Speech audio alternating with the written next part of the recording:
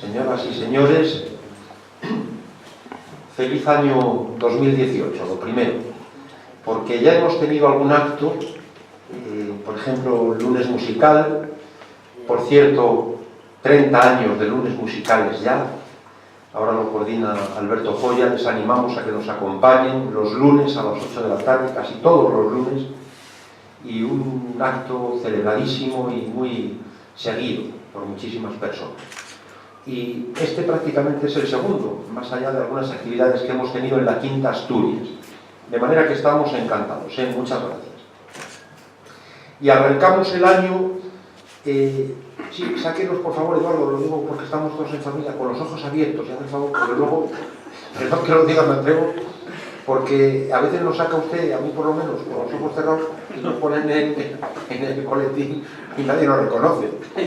Cuando pueda usted, si es preciso, hacemos como hacía el presidente anterior de los Estados Unidos, que congelaban así la acción y resulta más simpático y no vendría mal, porque es tanta la seriedad a veces en la que nos hallamos que conviene introducir estas novedades. ¿O no está usted de acuerdo? Me alegro mucho, me alegro mucho.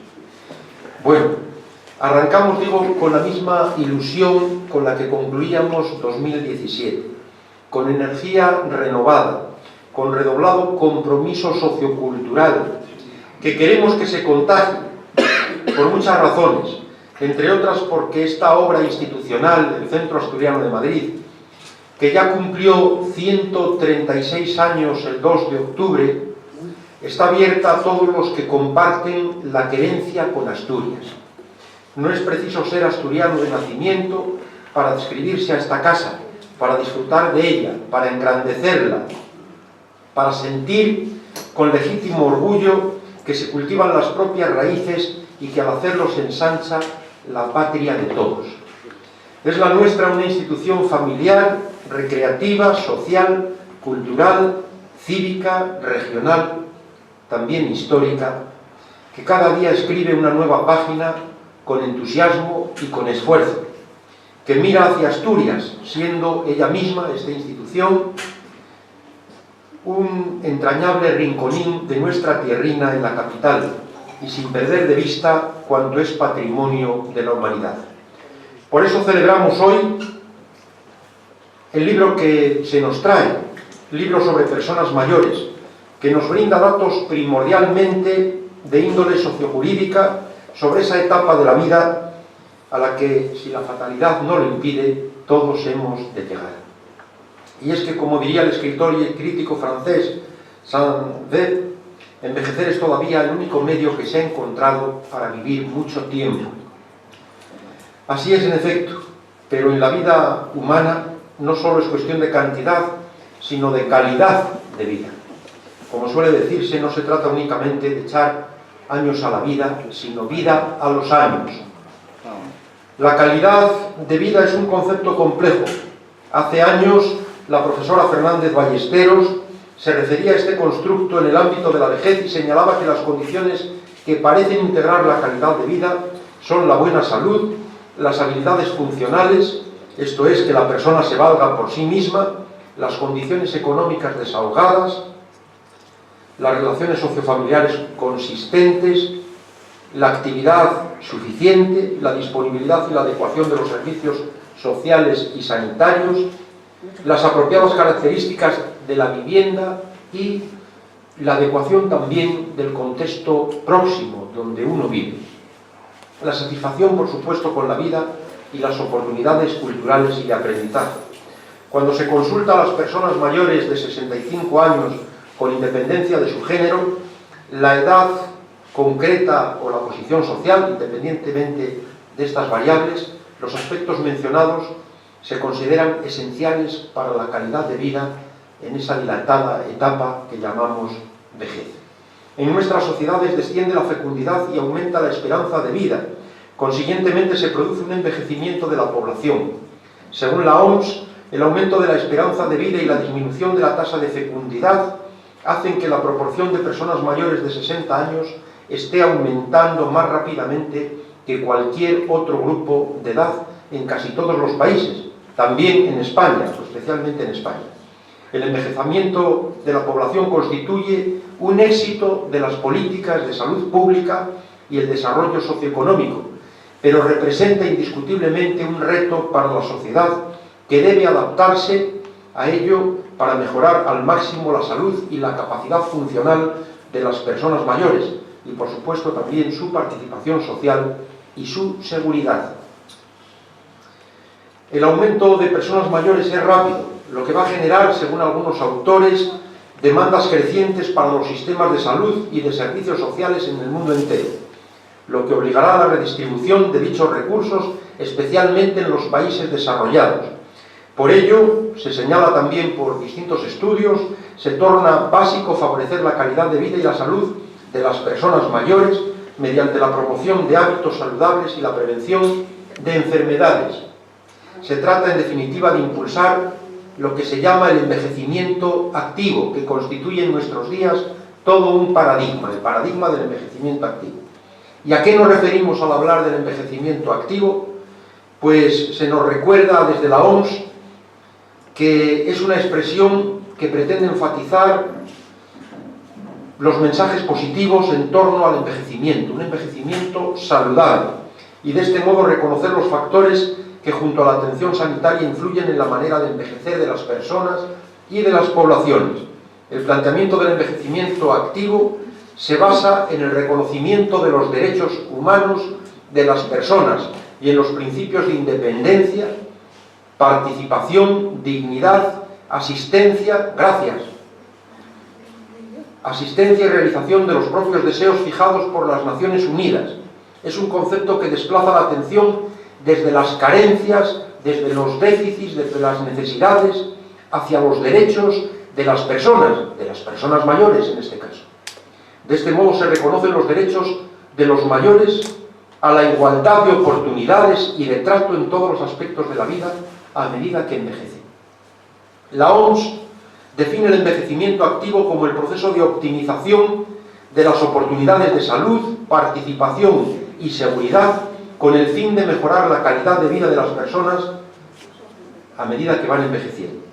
Se trata de asegurar que estas personas sigan siendo valoradas en sus familias y comunidades, así como por las respectivas economías. Este organismo internacional, la OMS, reconoce que en el envejecimiento activo intervienen aspectos de diversa naturaleza, económica, conductual, sobre la conducta, el comportamiento de las personas, personal, social, a nivel comunitario también, y medioambiental. Es necesario que se atienda a este fenómeno. Es fundamental que pensemos en nuestros mayores, personas que a menudo han trabajado con intensidad fuera y dentro del hogar. Más aún, las personas mayores siguen contribuyendo de forma significativa al mantenimiento de la familia y de la propia sociedad. Aportan, por ejemplo, su experiencia a los jóvenes. Por ejemplo, la convivencia del niño o del adolescente con sus abuelos permite tomar conciencia del paso del tiempo, de la propia historia familiar, de la permanencia de la familia a través de las distintas generaciones y contribuye a la formación de la identidad personal sobre la base del conocimiento, del reconocimiento de las propias raíces que permiten la construcción del propio proyecto vital.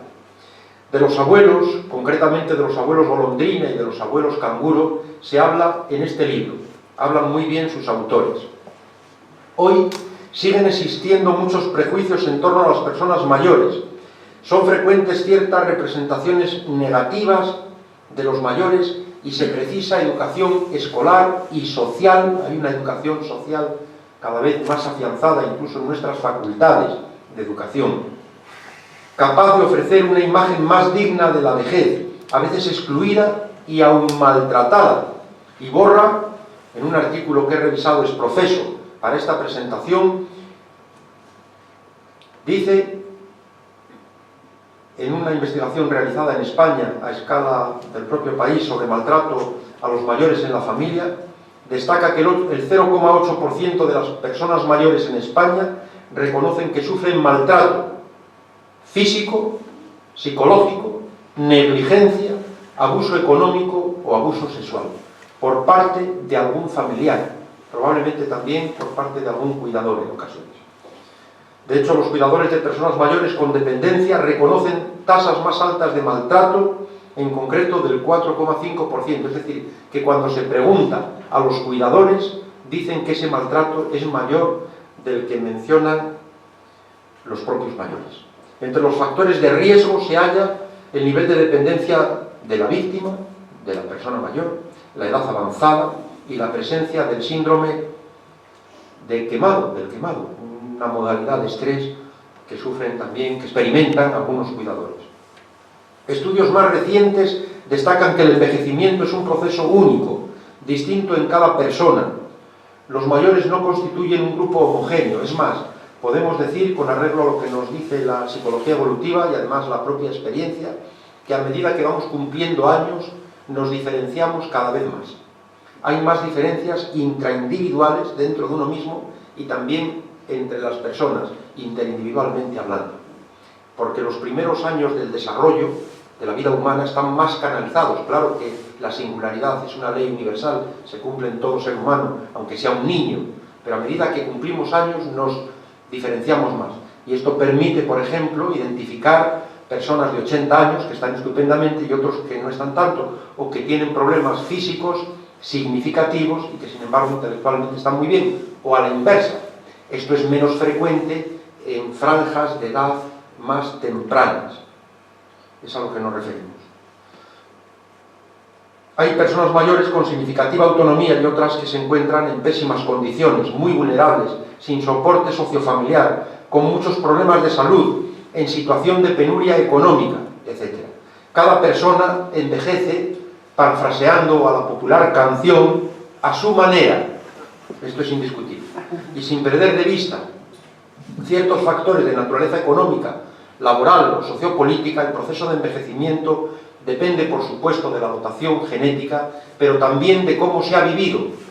Depende de cómo se han jugado las cartas que hemos recibido genéticamente. Aquí cobra especial importancia cuanto tiene que ver con la alimentación y, cómo no, pues con los hábitos de vida, el ejercicio que se haya podido realizar, por supuesto adaptado a las propias características, etc. La aspiración de la biomedicina actual es lograr que los seres humanos alcancen la longevidad con vigor, autosuficiencia y suficiente capacidad de relación. Con visos de realidad, la esperanza de vida puede situarse en los 110, en los 120, incluso en los 130 años. Y si no, que venga Adolfo Pérez Agustí, hermano de nuestro ex gerente ya, y nos lo diga, como nos lo comentó en un encuentro en este mismo foro. Desde luego, sabemos que es muy importante cumplir los 100 años, porque por encima de esa edad se muere muy poca gente. Eso es fundamental. Más allá de la broma, podemos adentrarnos con el neurocientífico Mora en un libro que publicó en 2017, que he estado revisando ex profeso, y nos señala que en el futuro, y pensar en los cambios culturales que han de generarse en torno a la vejez. Cambios quizá comparables, y esto es muy gráfico, a los que han tenido que realizar y aún realizan las mujeres. De manera que podríamos hablar incluso de una especie de revolución de las personas mayores. Una revolución en la línea de dignificar esta etapa de la vida, de fomentar más diálogo intergeneracional, más sensibilidad, más cultivo de valores, entre ellos el respeto a la diversidad. La condición humana no es solo la que algunos medios de comunicación nos quieren presentar.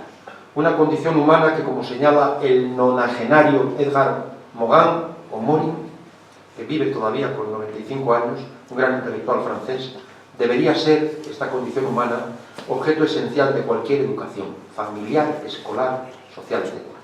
También a nuestra manera, en esta casa regional, en el Centro Asturiano de Madrid, que dicho sea de paso es el centro, la casa regional española más antigua de cuantas hay en el mundo, no solo de los centros asturianos, de todas las casas regionales. Solo en Madrid hay como 30, pensemos también en las que hay en América, en Europa, etc., y en toda España. Pues parte significativa de nuestros socios son personas mayores, obviamente con claras diferencias en edad y en otros aspectos entre ellos. Un grupo etario que además al compás de lo que ocurre en la propia sociedad española, continúa envejeciendo. Disponemos de numerosas actividades socioculturales que contribuyen a este envejecimiento activo al que nos acabamos de referir, saludable, positivo, los lunes musicales, ya son 30 años, las conferencias, las presentaciones de libros como esta, las actividades físico-deportivas, ¿dónde? Especialmente en la Quinta Asturias, una finca de recreo a 25 kilómetros de Madrid, un rinconín verdadero de nuestra tierra. Y tengo que recordar que hace aproximadamente un año instalamos en esa Quinta Asturias unos aparatos biosaludables, creo que están un poco infrautilizados, a pesar de que son muy modernos, aparatos biosaludables, equipamientos en definitiva que ayudan a cubrir las necesidades físicas de las personas adultas y mayores. He sabido que para retrasar el envejecimiento se precisa ejercicio corporal adaptado a las propias necesidades y características, y todo desde una perspectiva intergeneracional, inclusiva, donde atendemos a lo intelectual, lo emocional, lo social, lo espiritual, lo cultural y lo físico. Todo ello en el Centro Asturiano de Madrid, no sin esfuerzo, no sin esfuerzo. Por todo lo dicho y por mucho más, debe celebrarse este libro que hoy nos congrega. Felicito a sus autores, a Gerardo Hernández por orden de aparición y a María del Carmen Meléndez por el trabajo bien hecho, bien realizado, y también a la Universidad Pontificia de Comillas por la publicación. Un libro del que ellos van a hablar ahora y lo harán mucho mejor que un servidor. No quiero, sin embargo, dejar de comentar que a lo largo de sus aproximadamente 150 páginas se descubre mucho conocimiento, sensibilidad, exposición didáctica, brillantez y actualidad. Un libro que, rebasado el prólogo, se divide en dos partes: la jubilación, naturaleza, características y consecuencias, en la que de forma detallada se abordan cuestiones como la sociodemografía del envejecimiento, la nupcialidad y el divorcio en los mayores, la jubilación, la prejubilación, la jubilación flexible y también activa, la crisis económica y la jubilación, la inquietud por el futuro en los mayores, la jubilación en la mujer, la necesidad de preservar recursos y talentos. Hace poco, hace 5 días o 4, nos murió un hombre de gran talento, ya rebasados los 90 años, don Aurelio Menéndez. Tenemos muchos afortunadamente en esta casa, pero bueno, la vida es así. Las relaciones familiares, así como la viabilidad del sistema público de pensiones. Y una segunda parte, amparo sociojurídico de los mayores, la actitud del Estado, fundamentos jurídicos, persona y derechos fundamentales, la protección del mayor y del mayor vulnerable, previsión voluntaria, la autoprotección, renta vitalicia e hipoteca inversa, la dependencia, el papel de la familia en el cuidado de la dependencia, etc. Estamos ante un libro necesario, un libro valiente, muy útil para todos y también para los políticos, que tendrán que hacerse cargo con urgencia de esta cuestión, y no solo por evidentes razones electorales. Los autores del libro, que como ellos mismos señalan, no es un tratado de derechos, sino un estudio asequible sobre el envejecimiento progresivo de la sociedad y sus efectos, llevan casi 40 años, que se dice pronto, trabajando en este ámbito. Gerardo Hernández Rodríguez es doctor en Ciencias Políticas y Sociología por la Universidad Complutense de Madrid y profesor titular de la Universidad de La Coruña en las especialidades de Sociología Política, Ecología Humana y Población. Por su parte, María del Carmen Meléndez Arias es doctora en Derecho y abogada, especialista en Derecho Civil y Derecho de Familia, directora y presentadora del programa de discapacidad Buena Gente en radioya.es. Sin duda disponen de gran experiencia y enorme conocimiento acumulados que deben tenerse en cuenta. Agradezco sincera y enfáticamente esta obra y que se nos haya elegido para presentarla. Jubilación y amparo sociojurídico de las personas mayores. Proporciona conocimientos valiosos, anima la reflexión sobre la problemática de los mayores y de sus derechos. Aborda, como queda dicho, cuestiones de enorme actualidad y repasa en este grupo etario cuestiones que afectan a la sociedad en su conjunto. Se analiza el amparo sociojurídico a nivel nacional, en diferentes comunidades autónomas y en perspectiva comparada internacional. Un libro de gran interés que ha de ser referencia obligada al considerar los cambios sociodemográficos que se producen en nuestra sociedad. El fenómeno del envejecimiento en España presenta desafíos culturales, sociales, jurídicos, psicológicos, pedagógicos, económicos y de toda índole. Este libro ayuda a enfocar la respuesta sobre todo de naturaleza jurídica, pero también acrecienta nuestra sensibilidad para seguir avanzando hacia esa invocada nueva cultura a la que me refería hace unos momentos, una cultura del respeto, una cultura de la dignidad de todas las personas, con independencia, por supuesto, de su edad y de su circunstancia. Muchas gracias y tienen la palabra los autores. Gracias a todos.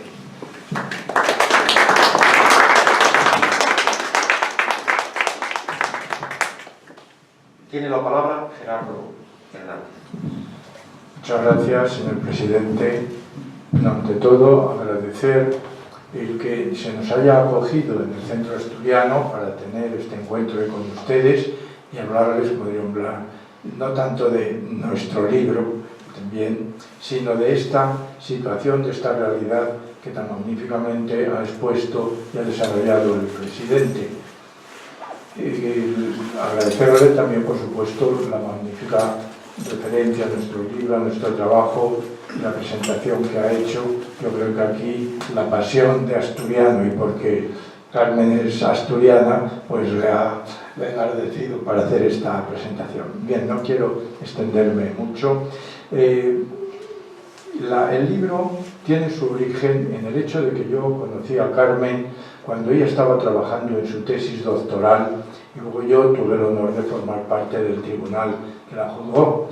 Y en los temas que trataba del amparo jurídico de los mayores, a mí me captó de manera extraordinaria, porque yo llevo trabajando, cuando el presidente ha dicho lo de 40 años se refería a mí, evidentemente ya no llevo 40 años trabajando en esta cosa, en otras muchas, porque es mucho más joven, pero yo llevo muchos años interesado y trabajando en todo lo relacionado con los mayores. Y cuando vi el trabajo que ella había hecho en su tesis, una tesis extraordinaria, en donde ponía el acento en todas estas cuestiones que se desconocen, que se ignoran, que no se transmiten y que son de tanta utilidad para las personas mayores y también para los familiares, dije, esto no se puede quedar en algo que se meta en un cajón. Y entonces hablé con ella, la convencí y nos pusimos a la tarea de hacer esto, que está enmarcado en un ambiente, en un aspecto sociológico, pero que el fundamento es la segunda parte, donde ella pone en nuestras manos los instrumentos legales de que disponemos para hacer mejor la vida de los mayores y de sus familiares. Dicen que todos queremos, decía Quevedo, que todos queremos llegar a mayores y ninguno reconoce, a viejos y ninguno reconocemos haberlo llegado ya. El hecho de que lo presentemos hoy también aquí tiene un significado especial, porque Asturias, como saben ustedes perfectamente y de alguna manera ha apuntado el presidente, es una de las comunidades más envejecidas de España, junto con Galicia. Por lo tanto, en Asturias este tema ha de tener una especial preocupación, interés y atención. Y la situación de los mayores en la sociedad, yo no voy a leer todo esto, lo vamos repasando, pues se debe, como he dicho, al incremento de la población de las personas mayores. Hay un envejecimiento de la sociedad porque la desproporción entre los mayores y los menores es muy grande. Pero esto también tiene que ver con algo que el presidente ha señalado, la longevidad. Se habla de una sociedad envejecida, pero también de la longevidad de las personas, de los individuos. Se ha reducido el tamaño de la familia, aumento de la dependencia, todo esto evidentemente, yo no sé cómo quitar esta cosita de aquí.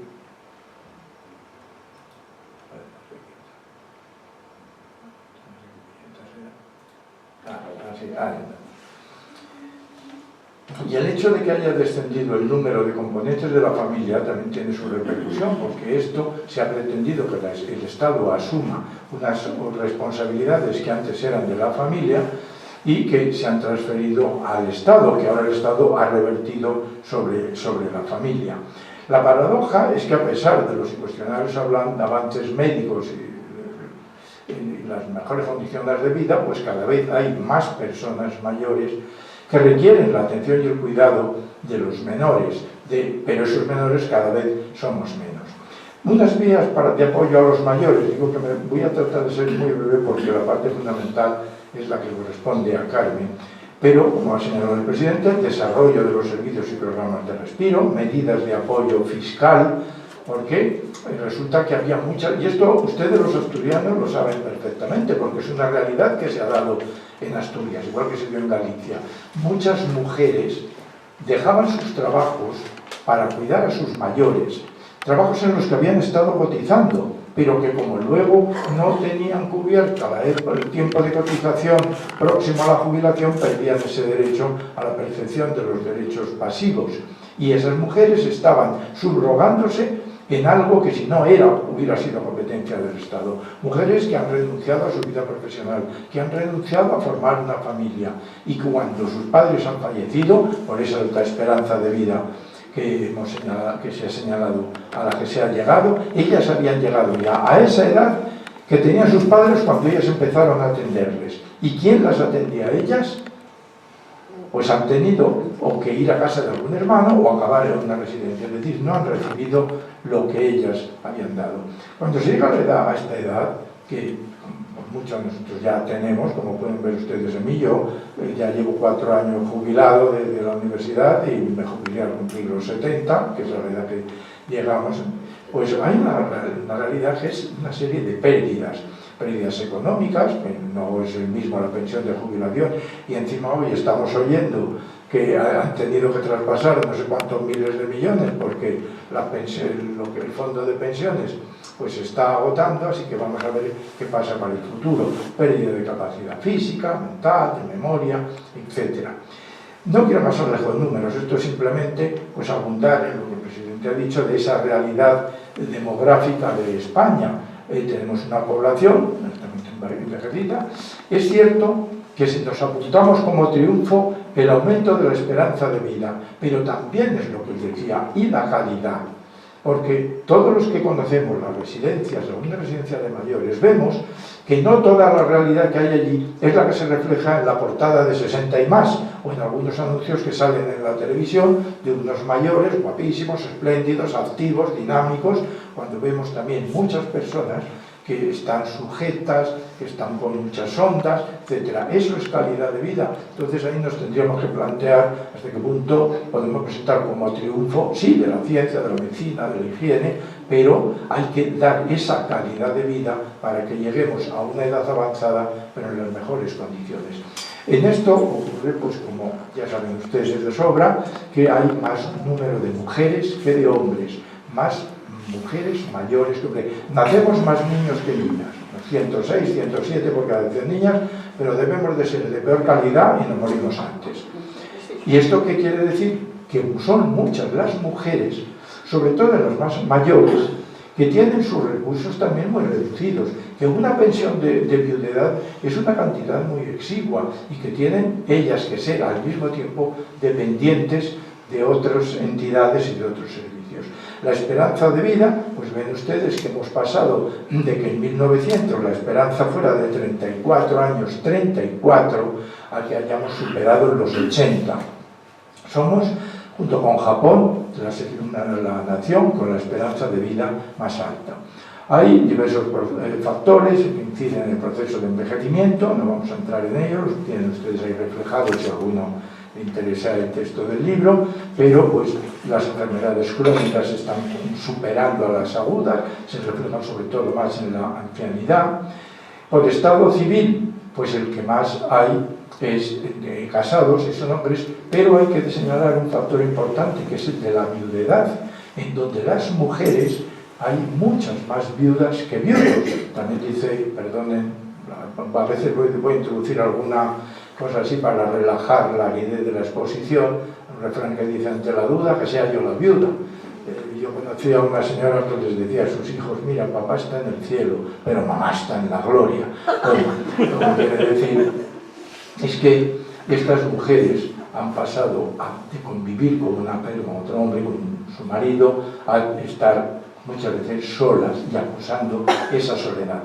Porque si hablamos de soledad no es lo mismo que aislamiento, es peor el aislamiento que la soledad, porque uno puede estar solo pero bien organizado, pero el aislamiento supone muchas veces la soledad en compañía. Cierto es eso, que el número de viudas es mayor, pero también hay un dato significativo ahora que también señalaremos, que es que está aún tradicionalmente el mayor número de matrimonios era entre solteros, luego viudo con soltera, viudo con viuda y lo menos viuda con soltero. Pero ahora lo que tenemos también, un número importante y cada vez mayor, es de divorciados y divorciadas en estas edades que se divorcian y que encima incluso se vuelven a casar. Claro, el que los matrimonios mayores pues se vuelvan a casar, el que haya familias de divorciados, pues nos puede dar lugar a situaciones como esta que nos refleja aquí Forges, y como digo, pues he introducido junto con otros que van a ver ustedes para aliviar un poco la aridez de la exposición. Aquí no sé si lo ven por ahí al fondo. Este chaval dice: ayer sorprendí al novio de mi madre besando a mi abuela en el cuarto de la novia de mi padre. ¿Qué hiciste? Dice: esconder rápidamente al perro. Bueno, tipos de jubilados activos, tenemos a jubilados legales, estadísticos, otros encubiertos, que ya jubilados siguen desarrollando alguna actividad, activos no remunerados, que hacen cosas por ejemplo, por amor al arte, o cultivadores de aficiones. El estar jubilado no quiere decir, no supone estar muerto ni estar inactivo, aunque nos llamen de clases pasivas. Pero hablamos de jubilación, ¿y qué idea tiene la sociedad de la jubilación?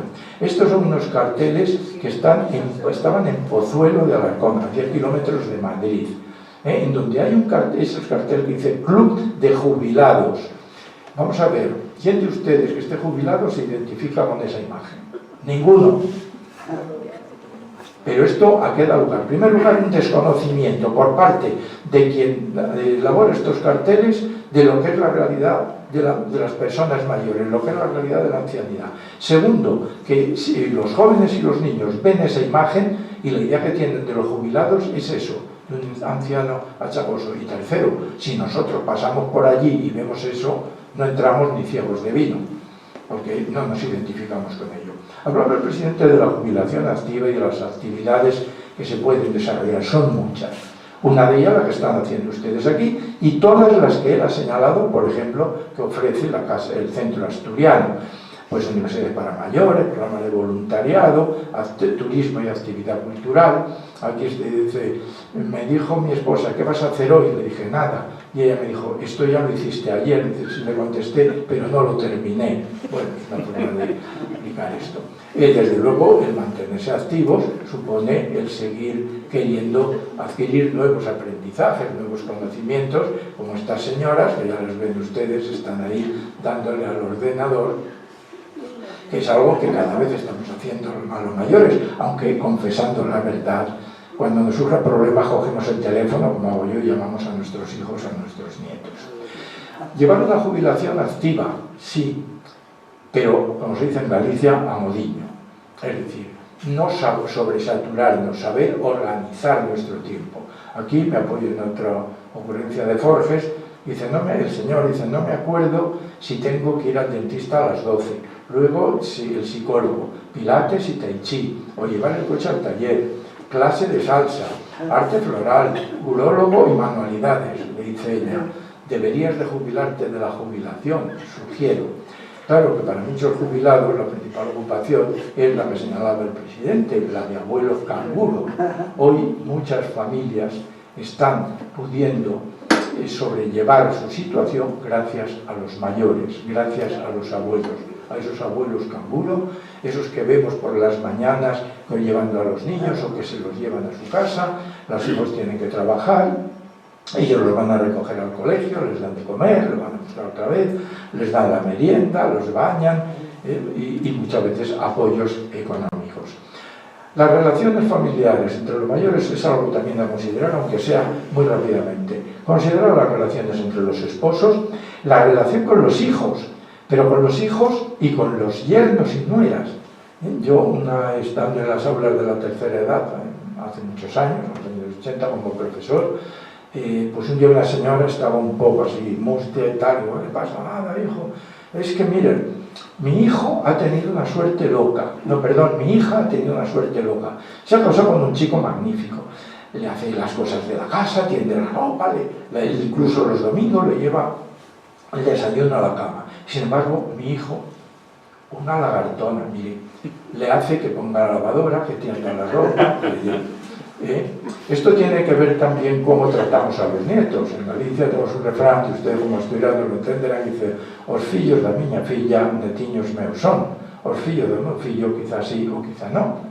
Los hijos de mi hija son mis nietos, los de mi hijo quizás sí, quizá no. Bien, esto también supone que podemos tener un comportamiento distinto con los nietos por parte de nuestra hija que de nuestro hijo. Y si luego nuestro hijo tiene una actitud, bueno, de una cierta reticencia hacia nosotros, nos quejaremos. Primero tendemos también que analizar. Cuando se dice los hijos son los malos, no, no siempre. Todos tenemos que hacernos un examen de conciencia. ¿Quién es responsable de lo que ocurre muchas veces con los mayores? ¿La familia o los servicios sociales? Aquí vemos otra imagen en que ven ustedes que asoma por el sillón una mano, que no es una mano, es ya el esqueleto. Dice, claro, las administraciones correspondientes no prestan atención a los ancianos, que viven solos y al final recae todo el peso sobre la familia. Y dice ella, por cierto, ¿hace cuánto tiempo que no venimos a ver a tu padre? Esto también nos tiene que hacer pensar. Muchas veces recargamos o queremos descargar todo en los servicios sociales y la familia tiene una responsabilidad. Y como la tenemos nosotros, para saber dar el relevo a tiempo. Todos, ninguno somos verdaderamente imprescindibles, podemos ser muy útiles, podemos ser inmortales pero no inmoribles. Y por eso también saber dar el relevo a tiempo, pasar el testigo a nuestros hijos, en nuestra familia y en el trabajo, pues como hace esta imagen que podemos contemplar todos en la Universidad Complutense, el de la antorcha, pasando esa antorcha. Nada más por mi parte, muchas gracias. A su disposición tendrán después ustedes, si lo desean, algún ejemplar de este libro en el que hemos tratado de, con un lenguaje lo más asequible posible, poner al alcance de todos ustedes unas medidas, unos recursos que les va a explicar ahora Carmen, que entendemos que es el fundamento de esta obra, porque es lo que nos va a ser verdaderamente útil para el bienestar de nuestros mayores. Muchas gracias.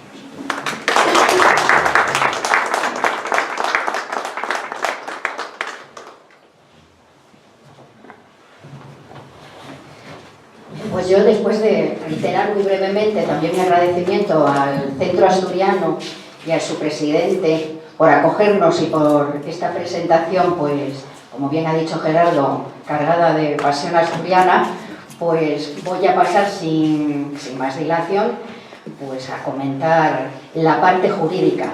De una forma pues lo más sencilla posible. El lenguaje jurídico yo entiendo que es a veces farragoso y complicado y difícil de entender, pero en este libro pues yo he querido hacerlo lo más sencillo posible para que se divulguen y se conozcan estas figuras y estos conceptos a los que me voy a referir, que sin duda han oído hablar de ellos, pero muchas veces sin saber en qué consiste. Entonces, bueno, ya empezamos. La protección del mayor vulnerable pues es, digamos, que el tema o el título bajo el que vamos a desarrollar nuestra exposición. Empezamos pues con el valor supremo. Hay una serie de conceptos que hay que conocer pues para saber un poquito qué es lo que vamos a hablar y qué es lo que vamos a decidir o qué figuras nos va a presentar el libro. Bien. Comenzamos pues con el valor supremo y fundamental, que es el significado institucional de la persona, es decir, la persona y su dignidad como valor, como principio del derecho. El derecho se desarrolla para, digamos, que regular la vida de las personas, para regular la sociedad y para dar respuesta a los problemas de las personas pues en todas las situaciones. El significado, o sea, la persona tiene un significado institucional. ¿Qué quiere decir esto? Pues que tiene unos derechos fundamentales que nacen con ella, son previos, no son reconocidos establecidos por la ley, sino que la ley los reconoce a la persona, inherente a la persona como tal. En el tema que nos ocupa hoy, que es la protección del mayor vulnerable, pues nos interesa la igualdad, la no discriminación en esa situación de vulnerabilidad, pues que es la persona mayor.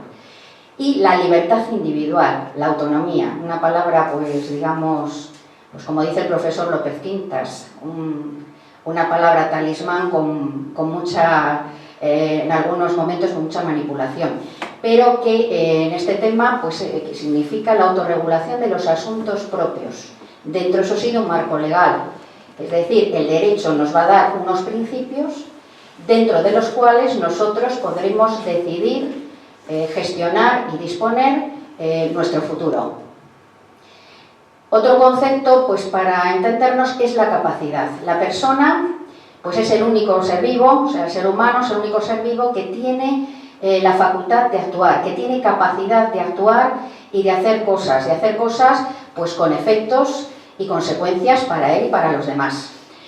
Una corriente doctrinal jurídica en el siglo XIX pues, definió dos esferas de la capacidad pues, para entendernos un poquito mejor en el derecho, ¿no? Que es la capacidad jurídica, que significa la titularidad de derechos, es decir, por ejemplo, el ser dueño propietario de un piso. Eso es ser titular de un derecho, el derecho de propiedad de ese piso o de ese inmueble. La capacidad jurídica pues es igual, inalterable, igual para todos, inalterable durante toda la vida. O sea, tiene la misma capacidad jurídica un niño recién nacido que un mayor de edad, que una persona mayor pues que ha perdido las facultades. Luego la capacidad de obrar es el siguiente concepto, que es la aptitud para realizar actos con eficacia jurídica. Pues en el ejemplo anterior que he puesto de ser propietario de un piso, pues la capacidad de obrar sería vender o alquilar ese piso. En este aspecto, pues como hay efectos para uno mismo y efectos para los demás, que si no se hacen con responsabilidad pueden perjudicar a uno mismo y a los demás, pues no es igual para todos, depende de la madurez.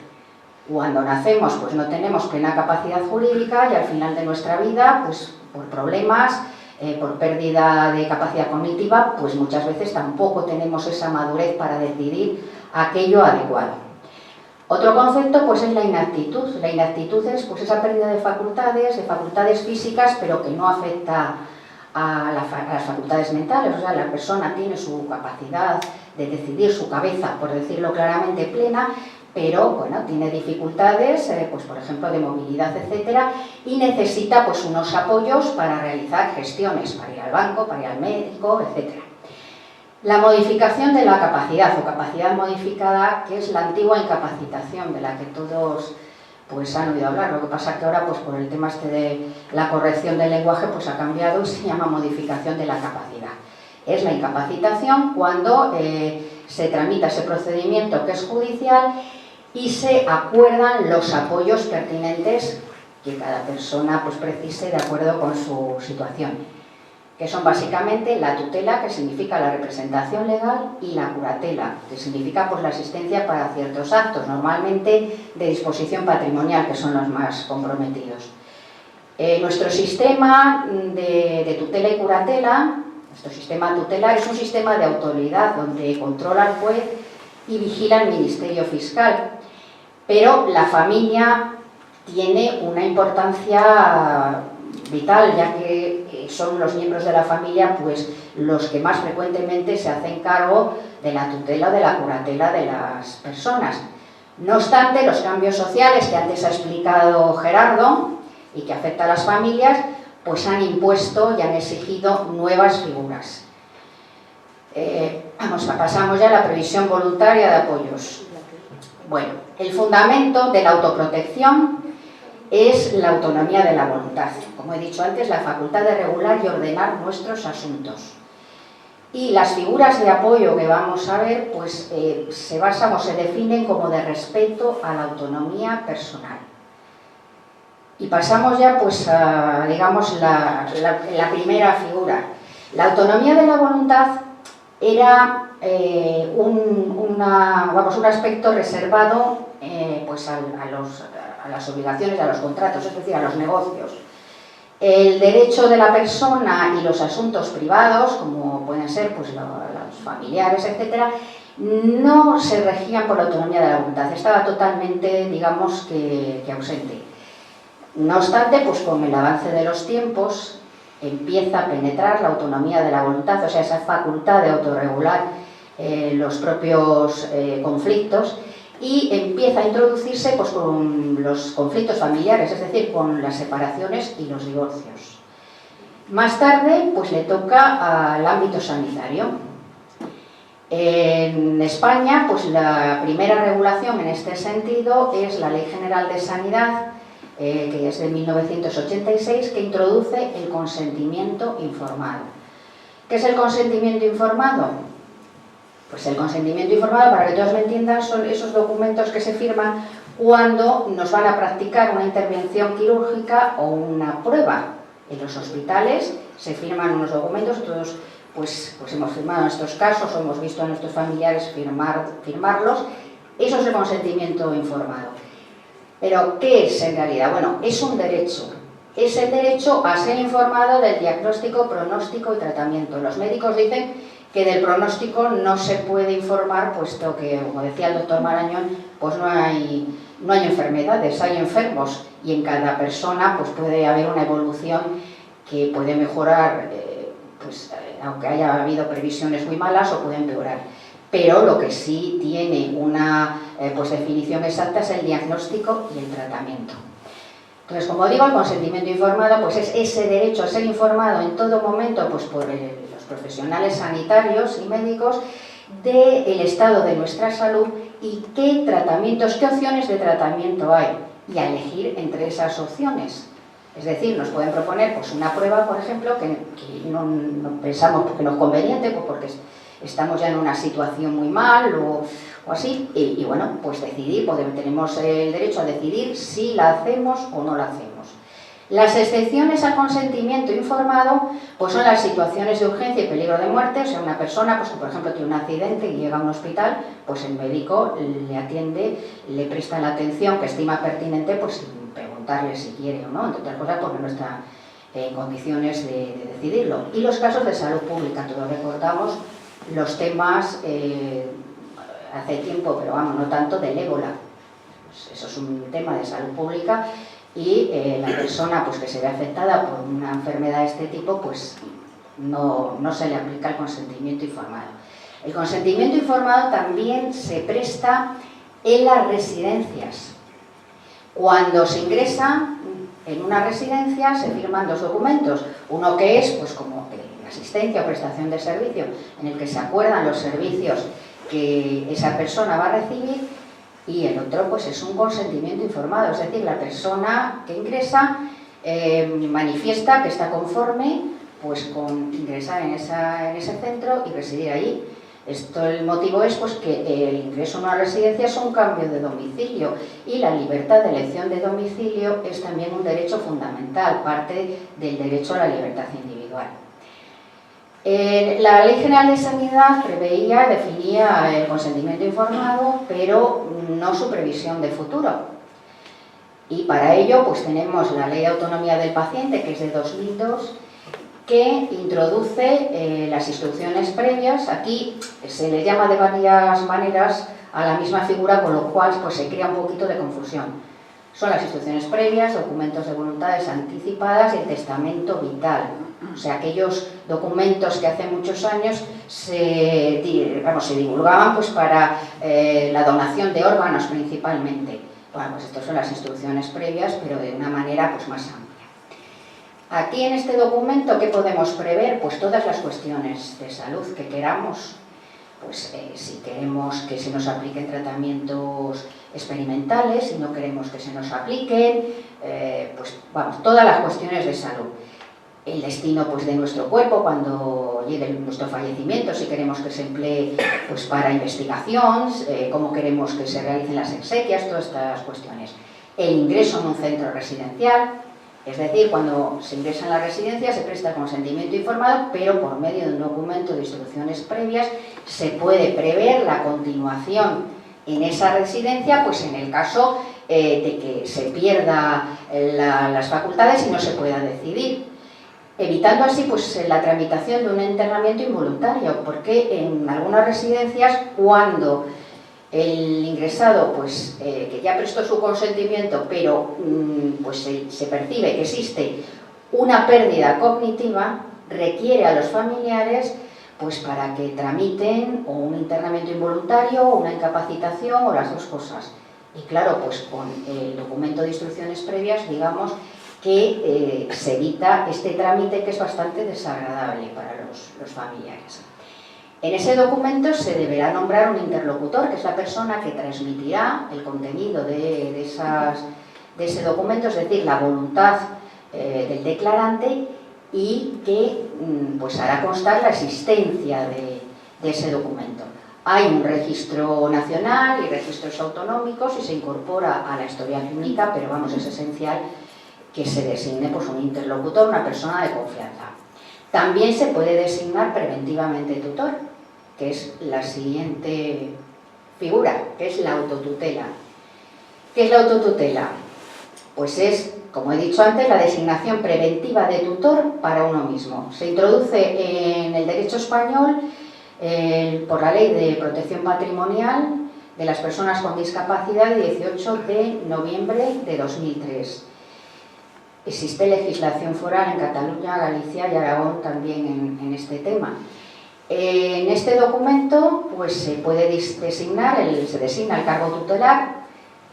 Esta designación significa la elección de la persona pues que consideramos idónea pues para ejercer nuestra tutela, nuestra curatela, o en el momento oportuno si eso sucede. Es una elección puesto que el juez, que será el que constituya la tutela, previa modificación de la capacidad, comprobará si esa persona es idónea o no es idónea, si reúne los requisitos o no los reúne.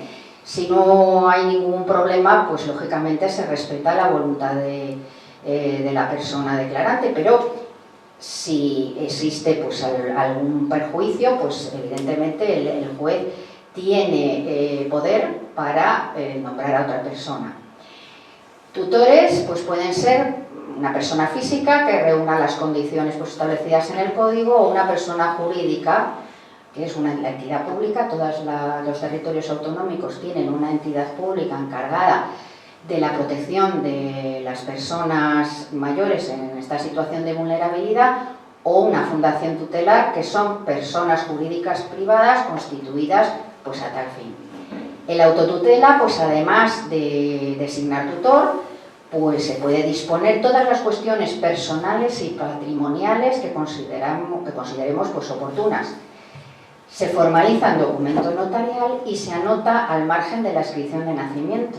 Pues esto al objeto de que el juez, en el procedimiento de modificación de la capacidad, pues de que un documento pues, que se ha de presentar obligatoriamente pues es el certificado de nacimiento. Entonces el juez en este documento tiene la noticia de la autotutela, reclama el documento y ve pues la persona designada y comprueba pues su idoneidad o no. Otra figura en este sentido pues es el apoderamiento preventivo. El apoderamiento preventivo es, por decirlo de alguna manera así sencilla, un apoderamiento, o sea, un poder especial. El poder, o sea, el apoderamiento, pues es otorgar, el acto de apoderar es otorgar a una persona la facultad de actuar en nuestro nombre y representación. Es lo que vulgarmente se conoce como poder. Estos poderes o apoderamientos se extinguen con el fallecimiento o la incapacidad del poderdante. La ley que hemos nombrado antes de protección patrimonial de las personas con discapacidad pues introduce una modificación en el artículo 1732 del Código Civil, determinando que el poder no se extinguirá con la incapacitación del poderdante, o sea, de la persona que lo otorga, si fue otorgado exclusivamente para el supuesto de incapacidad, o si en un apoderamiento pues normal y tradicional se incluyó una estipulación previendo su no extinción en el supuesto de incapacidad. ¿Qué objetivo tiene esto? Pues evitar en muchos casos el procedimiento de modificación de la capacidad, que es a veces pues desagradable y violento, pues sobre todo para familiares. Entonces la persona ahí dispone todas sus cuestiones personales y sobre todo patrimoniales, y ya pues con esta disposición pues se puede y apodera a una persona que pueda actuar en su nombre de representación y se evita pues ese procedimiento desagradable. También puede otorgarse pues con la intención de coexistir con la tutela, es decir, que se nombre un tutor pero que el apoderado gestione unas cuestiones específicas, como puede ser la administración extraordinaria del patrimonio, evitando así pues las autorizaciones judiciales, o sea, para vender, alquilar y otros actos de disposición patrimonial referente a los bienes de una persona sujeta a tutela o a curatela, hay que pedir autorización judicial. ¿Qué ocurre? Que es un procedimiento a veces, pues eso, un poquito engorroso, ¿no? Y con el otorgamiento pues, de un poder, un apoderamiento preventivo en el que se prevea cómo, por qué, las circunstancias, etcétera, pues digamos que se salva, no es necesario este trámite. También se puede otorgar pues, para prever la gestión de asuntos complejos, generalmente económicos, por ejemplo, una persona que tenga una empresa que deba ser gestionada pues, por un profesional o que tenga pues, cualquier negocio, como he dicho, que tenga que ser gestionado por alguien preparado, que no pueda un tutor vulgar y corriente, pues digamos que gestionarlo adecuadamente. Entonces, pues es digamos que la figura más adecuada para este tema.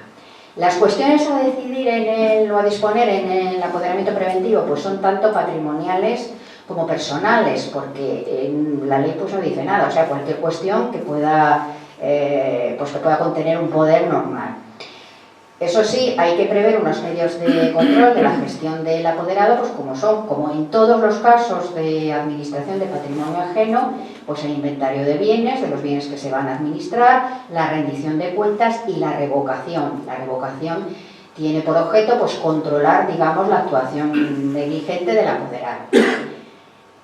Y pasamos ya pues a las figuras de liquidez patrimonial. Como bien ya se ha dicho, a pesar de que el artículo 50 de nuestra Constitución pues garantiza los mayores pensiones en cuantía suficiente para atender adecuadamente a sus necesidades, este es el texto más o menos, y que tenemos pues un sistema de pensiones contributivas basadas en un principio de solidaridad intergeneracional, en un sistema de reparto y no contributivas pues para atender situaciones de urgente necesidad, pues la depreciación que ya ha sido, la realidad que ya ha sido ampliamente explicada, pues es la depreciación continua de las pensiones, llevando pues digamos que serán necesarias o convenientes figuras que determinen pues un complemento a esa pensión por lo menos. Son las llamadas figuras de liquidez patrimonial. Unas son tradicionales, han existido siempre, como la renta vitalicia. La renta vitalicia tiene su origen en el derecho romano y consiste pues, en la aportación de bienes, inmuebles o muebles o dinero a una entidad que se compromete pues, a pagar una renta en la periodicidad pues, que se establezca. Luego está la hipoteca inversa, que es de origen anglosajón, que consiste pues, en un préstamo o crédito garantizado mediante hipoteca sobre el inmueble domicilio habitual del solicitante. El patrimonio protegido, que es pues, para las personas con discapacidad, para las personas mayores con pérdida cognitiva o demencia, etcétera, pues eso es una discapacidad. No se suele tramitar el certificado de discapacidad, pero es una discapacidad. Se tramita el de dependencia por el tema de las ayudas, pero al fin y al cabo pues es una discapacidad. Y los planes de pensiones, que hay pues muchísimos. Luego la dependencia, bueno, se da una pincelada, la dependencia, no entramos pues en lo que es la dependencia, problemas de financiación, toda esta historia. Lo que sí consideramos pues que los servicios más comunes, que es la ayuda a domicilio, la teleasistencia, los centros de día, esos tres son los más habituales, pues sí son desde luego un medio un instrumento pues de autonomía personal para las personas mayores. Hay muchas personas mayores que viven en su casa, que no ingresan en una residencia, que lo retrasan o terminan pues no ingresando, pues precisamente por estos servicios. Y también pues son un instrumento de conciliación profesional y familiar para el cuidador. No debemos olvidarnos del cuidador, que todavía, pues aunque es bastante complicado el tema del cuidador, pues todavía hay personas que cuidan a sus mayores y que precisamente pues por estos servicios pueden trabajar, pueden salir y pueden llevar, pues digamos que una vida pues conciliada con sus deberes hacia el familiar y con sus obligaciones profesionales. Y aquí pues terminamos. Espero haber sido breve y no haber tenido pues un lenguaje demasiado técnico y que me hayan entendido. Y nada más, gracias a todos por su atención y a su disposición quedamos. Nada más.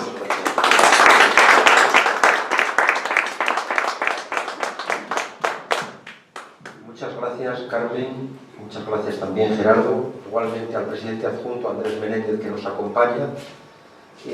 Yo quiero felicitaros de nuevo por este trabajo, por esta obra muy actualizada, muy bien escrita y realmente muy necesaria. Ojalá que los políticos pues la tengan en cuenta y desde luego todos, porque de un modo u otro vamos a pasar por estas situaciones y entonces es de gran interés. Agradecemos mucho estas explicaciones, esta presentación y ahora se abre un turno de preguntas. Por favor, si alguien quiere hacer algún comentario, alguna pregunta, pues tiene una oportunidad muy buena, puesto que nos acompañan dos grandes expertos en esta temática.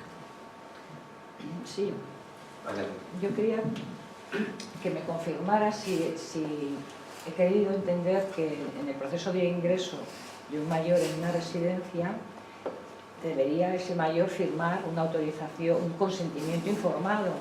Lo firma. ¿Y lo firman en todos los casos? Lo firma porque, vamos a ver, es que es un cambio de domicilio. Sí. Entonces, la libertad de elección de domicilio es un derecho fundamental, una parte del derecho pues, de libertad, del derecho fundamental de libertad individual. Entonces se firma. Lo que pasa es que la gente no sabe que lo firma. Entonces hay un problema ahora que está surgiendo, vamos, no en todos los casos, pero sí en algunos, que cuando pues, la persona ingresada pues, tiene una pérdida cognitiva, pues la residencia, no todas, pero algunas, sobre todo cuando es una plaza concertada, ¿no? Que ahora cada vez hay menos, pues plantea el tema de que ese consentimiento informado, que muchas veces pues es que los familiares no saben que se ha firmado eso, El documento que la gente sabe que se firma es el de servicios, el de prestación de servicios, eso sí, porque es ahí donde pues queda claro lo que se va a pagar, todas estas cosas.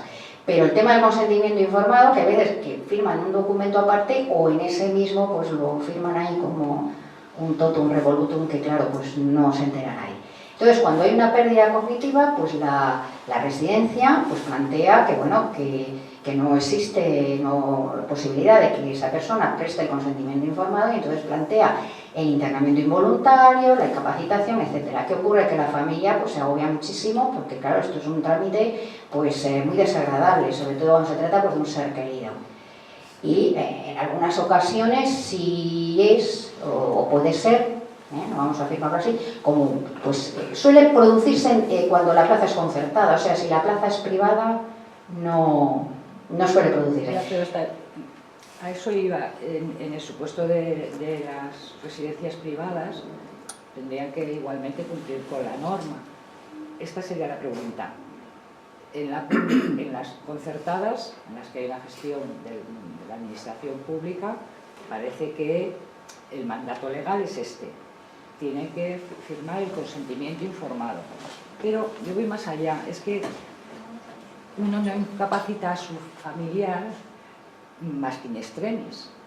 Sin embargo, a veces decide enviarle a una residencia antes de pensar en la incapacitación o la modificación de capacidades, como se llame ahora.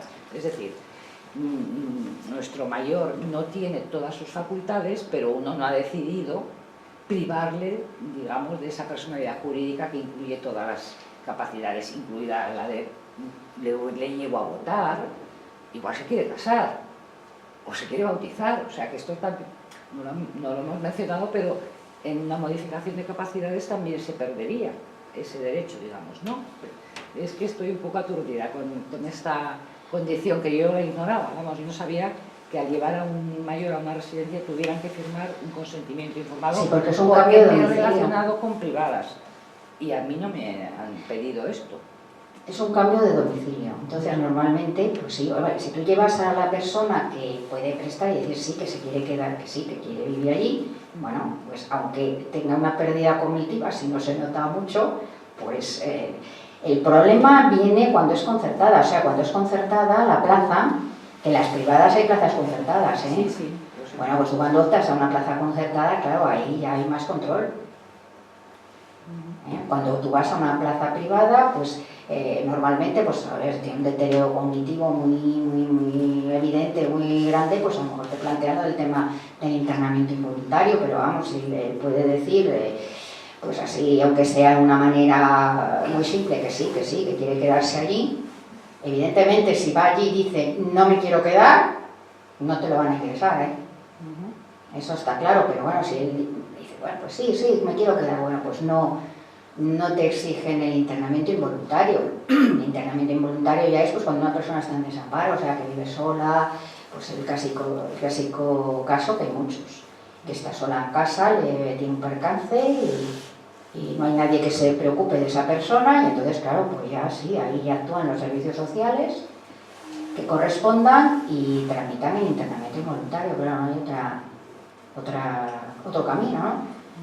Pero vamos, yo lo que digo de las instrucciones previas previendo el consentimiento informado, o sea, diciendo que sí, que en el caso de que pierda facultades y quiere seguir viviendo en esa residencia, pues es en el tema de las plazas concertadas que como cada vez hay menos y se van reduciendo y es muy complicado conseguir una plaza concertada, pues en algunas residencias, yo no digo en todas, pero en algunas residencias que tienen privadas y concertadas, pues claro que les interesa ir quitando concertadas, ¿no? Entonces, ¿qué pasa? Que utilizan, pues a lo mejor un deterioro cognitivo que luego van a juicio y a lo mejor lo pierden, dice el juez que no, esta persona no está para incapacidad, o sea, esto ha sucedido. Pero si presionan a la familia, pues a lo mejor, pues oye, para que la familia diga, pues mire, no me quiero meter en este procedimiento y bueno, pues pásele usted a una plaza privada. Esto sí se ha dado. Entonces, pues es bueno hacer esa previsión. Lo que pasa es que la gente no sabe que está firmando eso. Sí, permiso, señor presidente. Vamos a ver, la ley establece para las residencias, tanto sean públicas, privadas como concertadas, que tienen que, para que se abran funciones, requiere una autorización administrativa previa y luego el estar sometidas a la inspección y en su caso sanción. Incluso las privadas están sometidas a esa obligación y por lo tanto la administración pública es competente para investigar si en una residencia privada se cumplen esas normas. Y luego otra cosa que señalaba usted, que es muy interesante, lo que pasa que claro, no da tiempo a abarcarlo todo, lo del tema de la incapacitación. Generalmente cuando se solicita la incapacitación de un menor es para protegerle, pero en otras ocasiones, cuando es la de un mayor, no lo es tanto. Es pedir la incapacitación, oye, hay que pedir la incapacitación de padre que se está gastando nuestra herencia. Y la herencia es de lo que queda cuando el mayor se lo. Y en otros es todo lo contrario. Teniendo condiciones para ser incapacitado, no lo solicitan así de crudo. Pues la realidad social es así en muchos casos, porque de esa manera le pueden seguir manejando para que firme y poder seguir expoliando. La palabra puede ser muy dura, pero la realidad social es así. No toda la realidad es la que ustedes conocen porque es la próxima y la de sus familias, pero hay otras partes de nuestra sociedad en que se actúa así. Y entonces se impide la incapacitación para que no pueda el juez controlar los gastos que se hace de su patrimonio y pueda seguir firmando talón y nosotros cobrándole o invitando la firma o lo que sea. Porque recordarán ustedes que no hace mucho se ha descubierto el caso de una señora que llevaba cobrando la pensión de su madre, no sé, me parece que decenas de años, no sé si 10 años, 20 años o 10 años, no sé cuántos, pues porque no había declarado el fallecimiento. En este este sentido, bueno, tenemos... hay una publicación, es el catedrático que me dirigió a mí la tesis, y que es un amigo pues, personal de Gerardo, que es Ignacio Serrano, que tiene una publicación en la que analiza pues 3 casos muy conocidos de expolio, que fue la dueña de L'Oréal, que es muy conocido, la hermana del actor Sordi, y bueno, Di Stefano, que también pues, tenía una secretaria que quería casarse con él para expoliarle y tal, ¿no? O sea, que hay casos verdaderamente sangrantes. El de la dueña de L'Oréal todavía pues está coleando, y hay una sentencia ya condenatoria al chofer, que era el chofer, ¿no? Que la expoliaba, pues hace poco que salió comentado en prensa pues el tema de esto. Y luego ya pues el maltrato económico de las personas mayores, o sea, las personas, pues la persona que está en una residencia pues porque nadie se ha acordado de ella, y después de X tiempo pues aparece por allí un sobrino, pues primero, tercero, cuarto, que quiere sacarla y llevársela, pues porque literalmente lo que pasa es que está en paro y quiere vivir de la pensión de la tía, aunque sea una no contributiva. Esto sucede, ¿eh? O sea, esto es un hecho pues en residencias. También quería decir que gracias por este libro, porque frente a esa opinión, yo creo que bastante general, de que nadie se ocupa de los ancianos, parece que los viejos no estorban o no importan en nuestra sociedad tan moderna.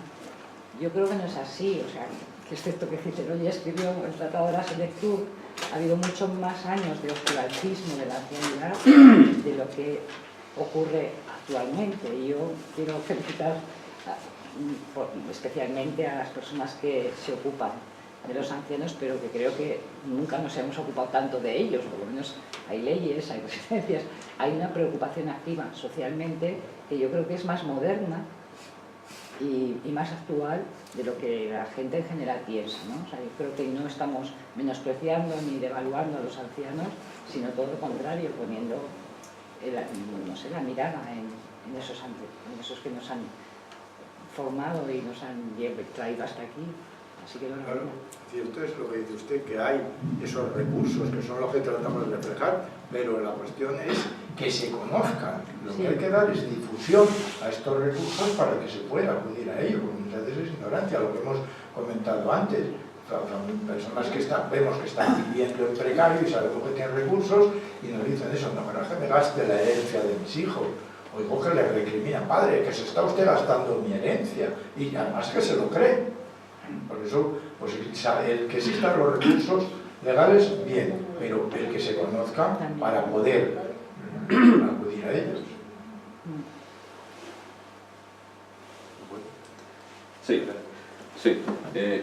En el caso de una persona que alcanza una edad avanzada y que prevé la disminución de sus recursos cognitivos y que no dispone de parientes próximos o de personas que considera adecuadas para nombrar tutor o apoderado, aunque ya has tocado un poco cuáles son los mecanismos, pero me gustaría quizá que te extendieses un poco más sobre cómo funciona eso. La fundación tutelar, sí. Bueno, pues existen fundaciones tutelares que son personas jurídicas privadas que se han constituido pues con ese fin. Están especializadas, o sea, existen fundaciones tutelares para mayores. Pues no es lo mismo tutelar a una persona mayor que a un síndrome de Down, que a una persona con autismo, que, pues no sé, que a otra persona con otra rama de la discapacidad intelectual. O sea, las discapacidades, las demencias, pues son muy diversas y muy variadas. O sea, tampoco es igual una persona con una demencia asociada a la edad que con un Alzheimer. Entonces, hay entidades especializadas. Entonces, la cosa es, pues, la persona que prevea o que le hayan diagnosticado, por ejemplo, un principio de Alzheimer, pues que conozca la entidad que a ella le parece más adecuada para sus necesidades, que las hay. ¿Cuál es el cauce? ¿Cómo se tramita? Pues bueno, vamos a ver, eso, primero conocerla, que eso pues hay muchísimas y todas tienen su página web y están en los recursos pues, de ayuntamientos, comunidad autónoma, bueno, de todas partes, ¿no? Y luego, pues lo que yo antes he dicho del documento de autotutela. O sea, el documento de autotutela es tan sencillo como ir a un notario, cuesta muy poco, o sea, esos documentos te pueden costar 40 euros o alguna cosa así, y decirle al notario pues que quieres hacer una designación preventiva de tutor o una autotutela, pues designando a la entidad tal. Estas entidades tienen además pues servicios de información donde informan cómo funciona, pues los servicios que tienen, porque tienen pisos supervisados, tienen pues centros donde residir, pueden proporcionar, no residencias de ellos, porque las fundaciones tutelares no tienen residencias, o sea, tienen, pues digamos, contactos de centros pues adecuados donde pueden atender bien pues a esta persona que tiene Alzheimer o lo que sea, ¿no? Pero ellos residencias propias no tienen, porque tutor y cuidador, por decirlo claramente, las dos condiciones en una misma persona, cuando alguien no tiene familiares, ni de eso en ningún caso, pero en ese menos, no debe de coincidir, porque entonces a ver quién controla si a esa persona la atienden bien o mal. O sea, si está en una residencia y resulta que los tutores están vinculados a esa residencia, pues ¿quién va a controlar si la atienden bien? Pues nadie. Entonces pues podrán hacer lo que quieran y no tendrán control ninguno, a no ser que haya algún extraño que detecte alguna anormalidad y la denuncie. O sea, esto es pues como estos que anuncian residencias y que dicen, usted no tiene liquidez, pues nosotros le proporcionamos soluciones financieras. O sea, que están conchavados con una inmobiliaria que es la que hace la hipoteca inversa o compra el piso o con resoluciones de estas que ofrecen, pero vamos, que se ofrecen en la radio, Entonces, este tipo de cosas no. El tutor tiene que ser una persona física o jurídica y luego el cuidador, pues está en una residencia donde vaya el tutor y pueda ver si esa persona la atienden bien o la atienden mal. Entonces, eso es algo tan sencillo como eso, como ir al notario, primero contactar con la entidad, a ver la que le gusta a esa persona, o la que tiene, digamos, que los servicios que a él le pueden convenir. Y luego ya, pues, ir al notario, hacer el documento de autotutela. Ellos, las entidades o las personas jurídicas tutoras, las fundaciones tutelares, tienen un servicio que se llama pretutela, que es, pues, digamos, que pues, la explicación o el acompañamiento en lo que sería, pues, luego la tutela, ¿no? Eso todas. Entonces, es contactar con ellos y, digamos, son sin ánimo de lucro, no tiene... No cobran al menos sus servicios. No. ¿Cómo se financian ellos? Pues ellos se financian, pues en la mayoría de los casos, o sea, son constituidas pues por personas que tienen una situación común y empiezan a constituirse pues por padres de personas con discapacidad que, como ahora viven muchos más años, pues claro, tienen el temor de que qué va a pasar con nuestros hijos cuando nosotros faltemos.